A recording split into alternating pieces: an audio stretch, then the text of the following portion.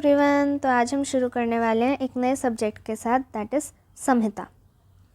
संहिता के अंदर हम दो तरीके की होती हैं, एक होती है बृहत्त्रयी और एक होती है लघुत्रयी। बृहत्त्रयी जो होती है वो थोड़ी सी ज़्यादा मेन और लॉन्ग संहिता में आ जाती है, जबकि जो लघुत्रयी है वो हमारी शॉर्ट संहिता उसमें काउंट होती है। बृहत्त्रयी, बृहत का तो मतलब हो गया लॉन्ग, बट त्रयी का मतलब है ट्रायड। ट्रायड मतलब ग्रुप ऑफ 3। 3 ऐसी संहिताएं जो बृहत्त्रयी के अंदर आती है वो है अष्टांग हृदय, चरक संहिता और सुश्रुत संहिता। अष्टांग हृदय को आचार्य वाग्भट ने लिखा था। अष्टांग हृदय की सबसे बड़ी खासियत ये है कि ये ब्रीफ में लिखी गई है, दोनों चरक और सुश्रुत को मिला के ब्रीफ में जो संहिता लिखी गई है वो हमारी अष्टांग हृदय है। चरक संहिता का जो मेन फीचर है वो ये है कि ये चिकित्सा के लिए,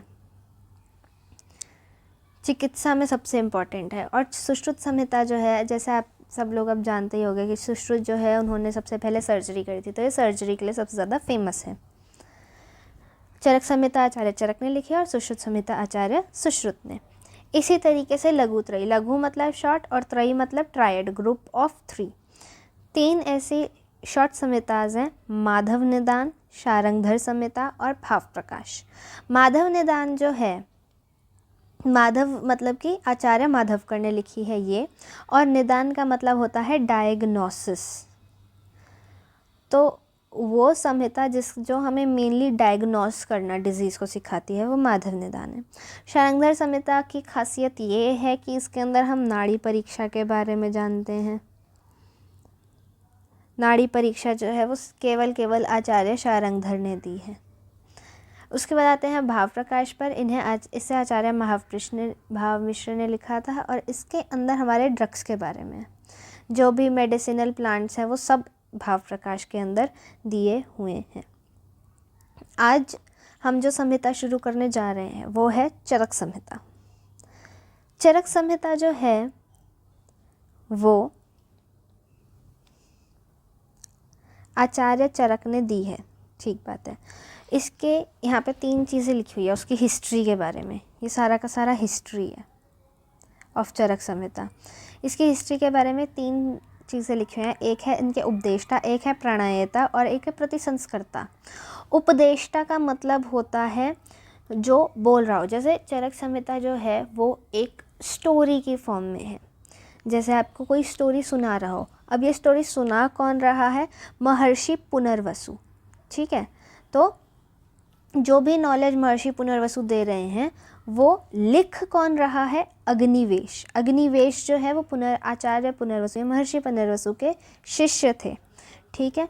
तो अग्निवेश ने, पुनर्वसु ने जो बोला उसे लिखा था। आप सबको पता होगा कि पहले जो है ओरल नॉलेज जाया करती थी। ओरल नॉलेज मतलब पढ़ के बताया जाता था लोगों को, बस ओरली फॉर्म होता था, ओरली मोड ऑफ ट्रांसमिशन था जो भी नॉलेज है उसका।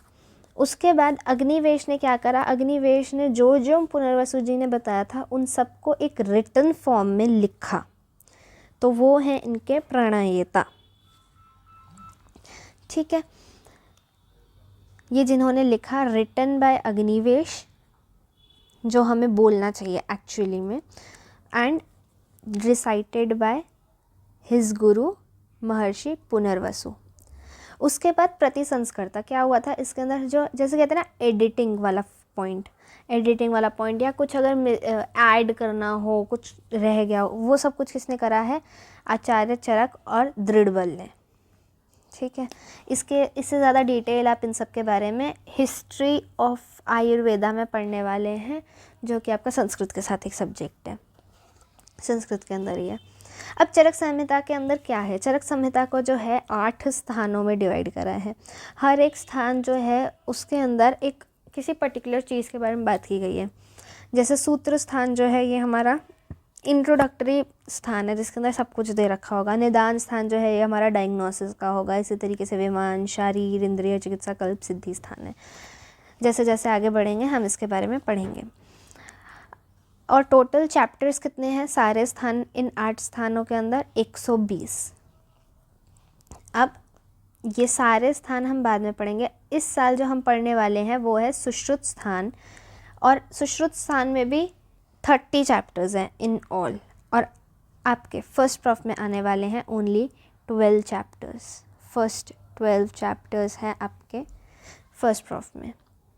अब इन 30 चैप्टर के बारे में थोड़ा सा बेसिक पता होना ज़रूरी है कि क्या है सूत्र स्थान, और फिर इसके अंदर क्या क्या है, 30 चैप्टर जो है वो डिवाइडेड कैसे हैं। ये जो 30 चैप्टर है ये 7 चतुष्क में डिवाइडेड है, मतलब कि आप 30 को जो है ऐसे लिख सकते हो 28 + 2। ये जो 2 चैप्टर्स बच रहे हैं इसे तो कहा गया है संग्रह द्वय, और ये जो 28 चैप्टर्स हैं इसको बनाए गए हैं 7 × 4, मतलब कि 7 चतुष्क, ग्रुप ऑफ 4 चैप्टर्स, ऐसे 7 ग्रुप्स बनाए गए हैं। इन 7 चतुष्क और फिर साथ में संग्रह द्वय के बारे में यहाँ पे थोड़ा सा इंट्रोडक्शन है।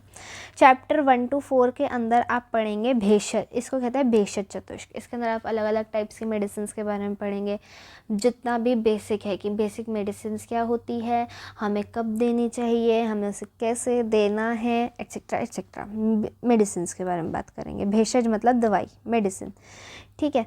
उसके बाद आता है नेक्स्ट हमारा स्वस्थ चतुष्क। स्वस्थ चतुष्क के अंदर होता है स्वास्थ्य को मेंटेन करके रखना, मतलब कि जो भी आपकी हेल्थ है उसे कैसे मेंटेन करके रखना है। जैसे कि आपको प्रॉपर दिनचर्या फॉलो करनी चाहिए, आपको प्रॉपर ऋतुचर्या फॉलो करना चाहिए।